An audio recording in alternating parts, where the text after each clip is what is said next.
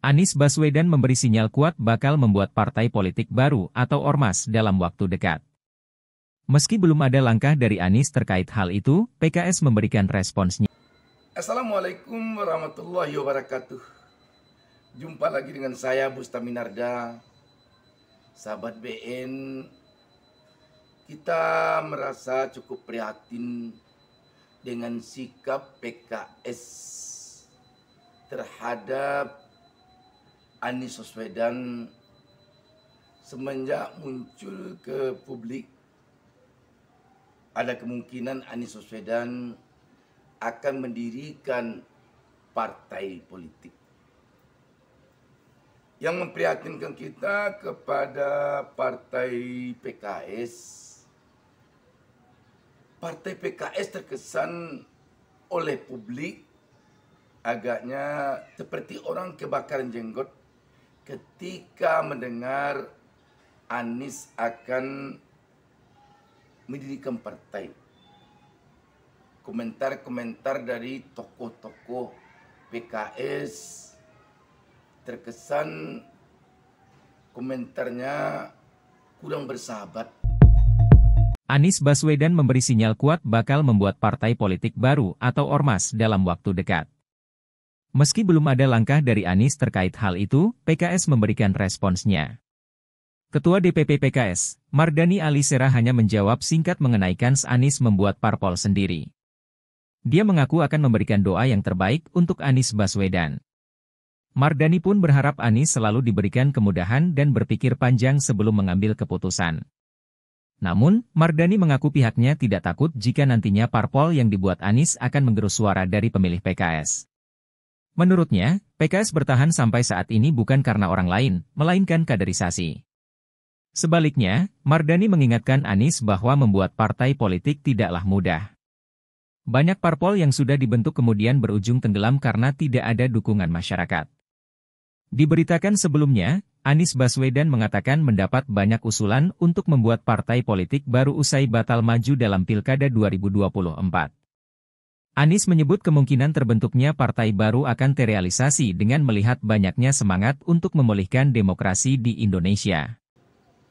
Yang membuat publik prihatin dengan PKS karena dari 3 partai yang mengusung Anies pada Pilpres baru lalu, Partai PKS, Partai Nasdem, Partai PKB, dan juga dari 3 partai ini yang di awal-awal akan berlangsung penyelenggaraan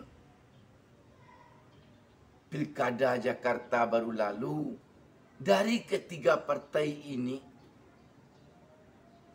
satu partai PKS yang seperti kebakaran jenggot ini, yang banyak melontarkan pernyataan-pernyataan kurang bersahabat kepada Anies.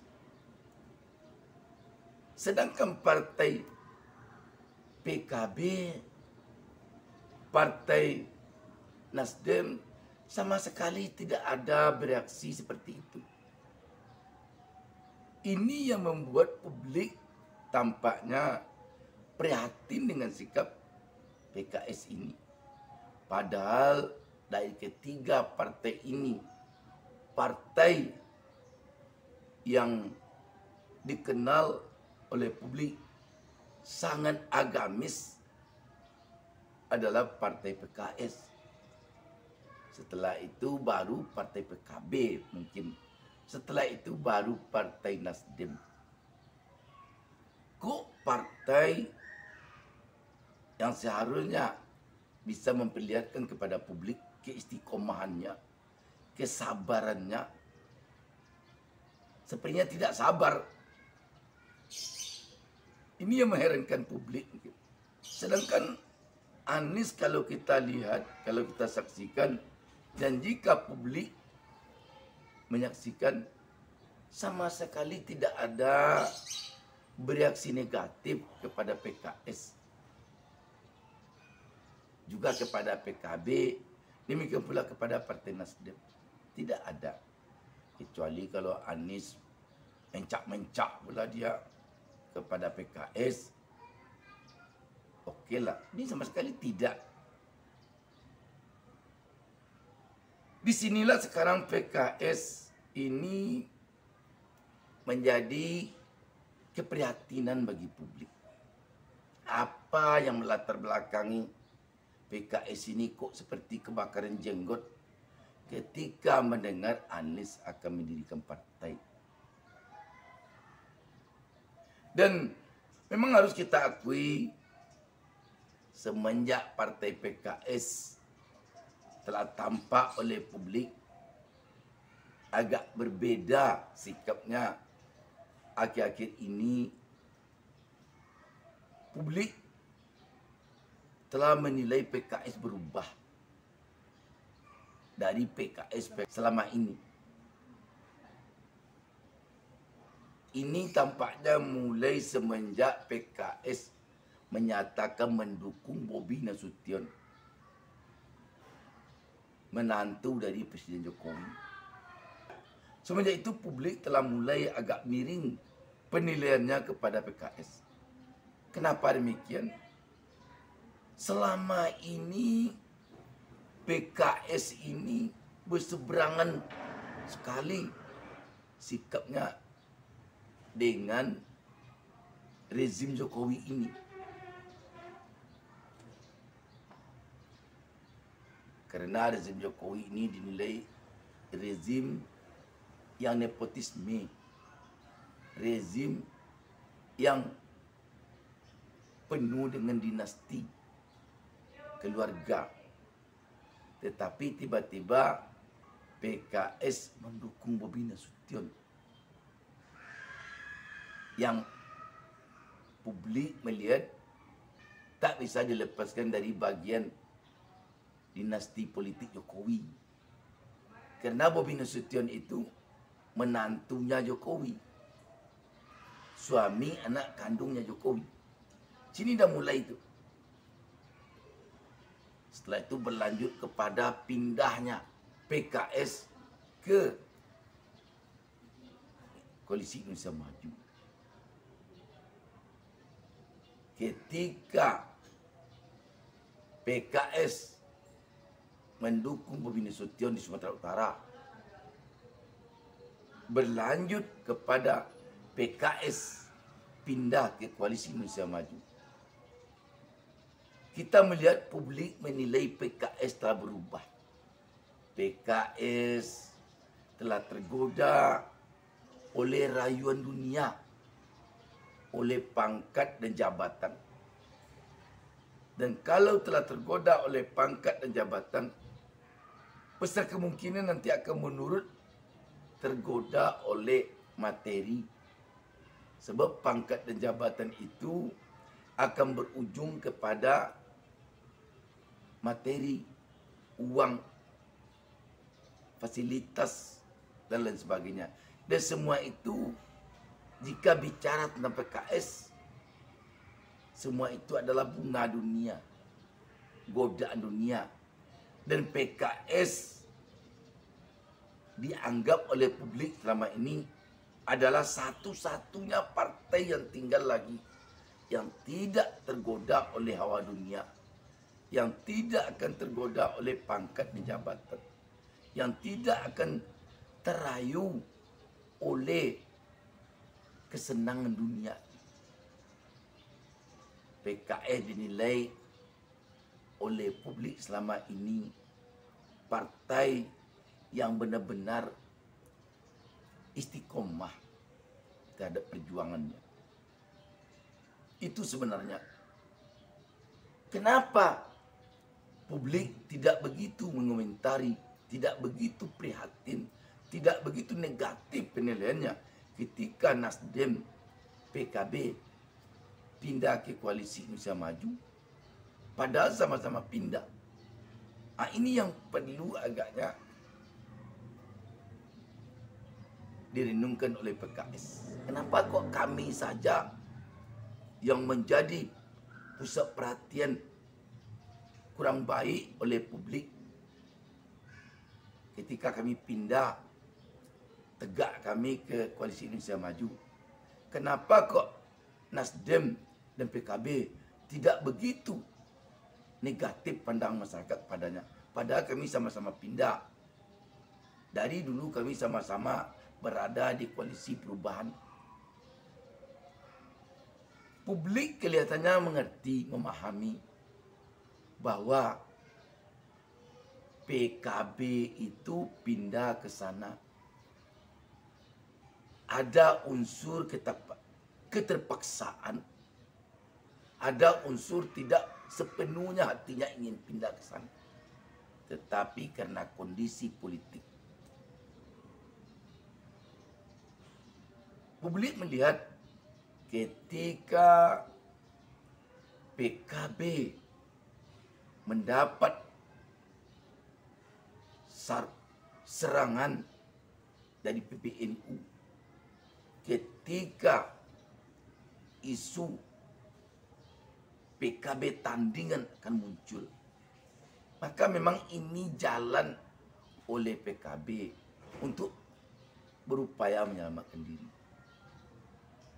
Itulah sebabnya PKB tidak terlalu negatif pandangan publik kepadanya ketika dia pindah ke Indonesia Maju. PKB dinilai oleh publik tidak terlalu ikhlas pindah ke sana.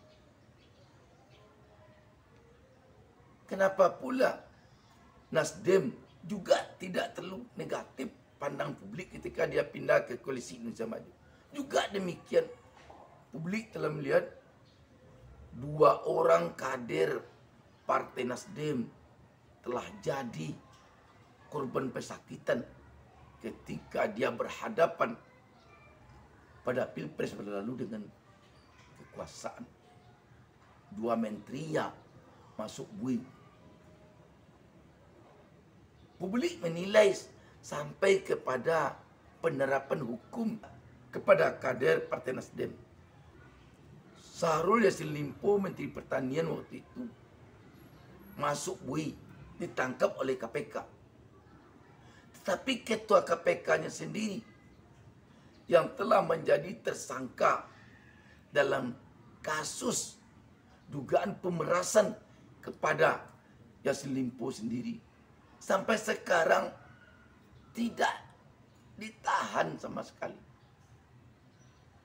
Publik melihat hal ini merupakan tekanan kepada Partai Nasdem. Dengan demikian publik melihat Partai Nasdem ini ke Koalisi Indonesia Maju itu tidak sepenuh hatinya, tidak karena hatinya, tidak ikhlas dia sepenuhnya, tetapi karena memang ada tekanan. Inilah upaya Partai Nasdem untuk menyelamatkan dirinya. Bagaimana dengan PKS? Seperti dikatakan tokoh-tokoh PKS akhir-akhir ini, PKS tidak tersandera sama sekali. Dalam konteks PKS, kami tidak merasa tersandera. Kami bebas merdeka. Kadang kita berkoalisi dengan beragam kelompok, kadang malah sendirian. Di Tangerang Selatan, kami sendiri dilawan semua partai. Di Tangerang Selatan tuh. Di Depok, kami hanya berdua dengan Golkar, melawan semuanya. Di mana tersanderanya? PKS tidak ada tekanan sama sekali. Tetapi tiba-tiba PKS pindah ke Koalisi Indonesia Maju. Karena apa? Tidak ada kena tekanan. Tidak pun disebutkan oleh PKS. Publik pun melihat PKS tidak ada tekanan. PKS selama ini tidak ada hubungan, tidak ada keterkaitan dengan penguasa. Tetapi mengapa dia pindah? Nah, disinilah publik menilai PKS pindah ke Koalisi Indonesia Maju hanya semata karena ingin mendapatkan kursi jabatan dari pembagian kue kekuasaan. Apakah nanti kursi menteri, apakah nanti kursi komisaris, dan lain sebagainya. Fenomena ini pula lah agaknya yang membuat rakyat atau publik melihat lucu langkah yang diambil oleh PKS ini. PKS nyinyir, bilang Pak Anies bikin partai nggak gampang. Ya emang nggak gampang, Pak. Yang gampang itu ya yang dari awal oposisi teriak-teriak anti dinasti. Ya enggak, goyang juga imannya. Nanti coba kita buktikan. Kalau PKS nanti pindah ke koalisi Indonesia Maju, tidak mendapat kursi jabatan menteri di kabinet Prabowo, publik mungkin nanti akan bisa bertanya lagi, apa sesungguhnya yang menyebabkan PKS masuk ke koalisi Indonesia Maju, sedangkan dia sama sekali tidak tersandra. Nanti publik akan heran lagi kalau di dalam penyusunan kabinet Prabowo nanti KPK tidak mendapatkan kursi menteri dan juga tidak ada dia mendapatkan kursi komisaris dan lain sebagainya. Tetapi kalau nanti PKS mendapatkan kursi menteri, maka semakin nyata nanti oleh publik bahwa kepindahan partai PKS ke koalisi Indonesia Maju memang hanya semata karena tergoda oleh hawa dunia, tergoda oleh jabatan, tergoda oleh fasilitas, sehingga partai PKS memilih tidak lagi berjuang untuk rakyat kecil, berjuang untuk rakyat bawah, berjuang untuk rakyat tak berdaya, yang menginginkan kesejahteraan, yang menginginkan keadilan sesuai dengan misi perjuangan Partai PKS, yakni Partai Keadilan Sejahtera. Coba nanti dilihat, sahabat BN, kalau PKS berjadi-jadi juga melemparkan statement-statement yang menyudutkan Anies, kita khawatir Allah akan bersikap tersendiri kepada PKS. Oh, PKS mengatakan selama ini kami besar bukan karena orang lain, tetapi karena pengkaderan kami. PKS agaknya kalau boleh publik rakyat jelata menyarankan harusnya menyadari bahwa PKS itu besar memang bukan karena orang lain. Katakan bukanlah ada andil Anies sebesar rambut di belah 7 pun. Tetapi besarnya PKS bukan pula semata-mata karena pekaderannya yang hebat, tetapi karena Allah Subhanahu wa taala. Sayangnya ketika tokoh PKS menyatakan bahwa dia besar bukan karena orang lain, tidak ada disebutnya karena Allah, tetapi karena pengkaderannya. Sahabat BN, kalaulah partai PKS ini tidak lagi seperti yang diharapkan rakyat publik selama ini perjalanan politiknya, maka pupuslah harapan rakyat Republik Indonesia terhadap partai-partai yang berbasiskan Islam, terutama setelah P3 yang berlambang Ka'bah lenyap di parlemen di Senayan sana. Khawatir rakyat jadinya kalau nanti partai PKS ini turut pula lenyap. Lenyapnya P3 tidak bisa dilepaskan dari keikutsertaan tangan Allah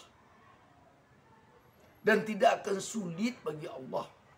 Andai kata Allah ingin partai PKS ini lenyap, tidak sulit oleh Allah. Kun fayakun. Kalau jadi, kata Allah, itu jadi. Sekali lagi, publik agaknya berharap kepada PKS agar PKS bisa menghentikan sikap yang terkesan kebakaran jenggot itu terhadap Anies. Sekali lagi, bagaimanapun dengan kepindahan partai PKS ke Koalisi Indonesia Maju, dengan tidak didukungnya Anies Baswedan oleh PKS pada Pilkada 2024 ini, dan dengan didukungnya Bobi Nasution, mantunya Presiden Jokowi, oleh PKS, rakyat yang selama ini mendukung PKS bersama-sama dia dengan mendukung Anies terluka dia. Sehingga sekarang ini ketika ada yang mencoba mengajak menenangkan pendukung-pendukung Anies yang juga mendukung PKS di Jakarta selama ini, meminta agar mendukung pasangan calon gubernur wakil gubernur dari Indonesia Maju di Jakarta, maka yang ada kelihatannya hanya sorak-sorai mengusir pasangan itu dan memekik-mekikkan, memanggil Anies Baswedan, seperti yang terjadi di Priok pada haul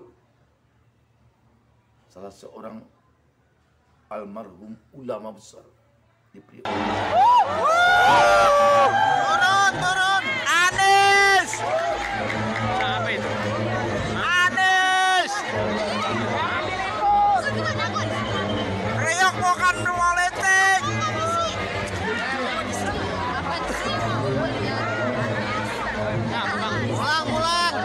Pulang lagi. Sahabat BM, sekali lagi, publik sangat berharap kepada PKS agar tetap istiqomah. Demikian, wassalamualaikum warahmatullahi wabarakatuh.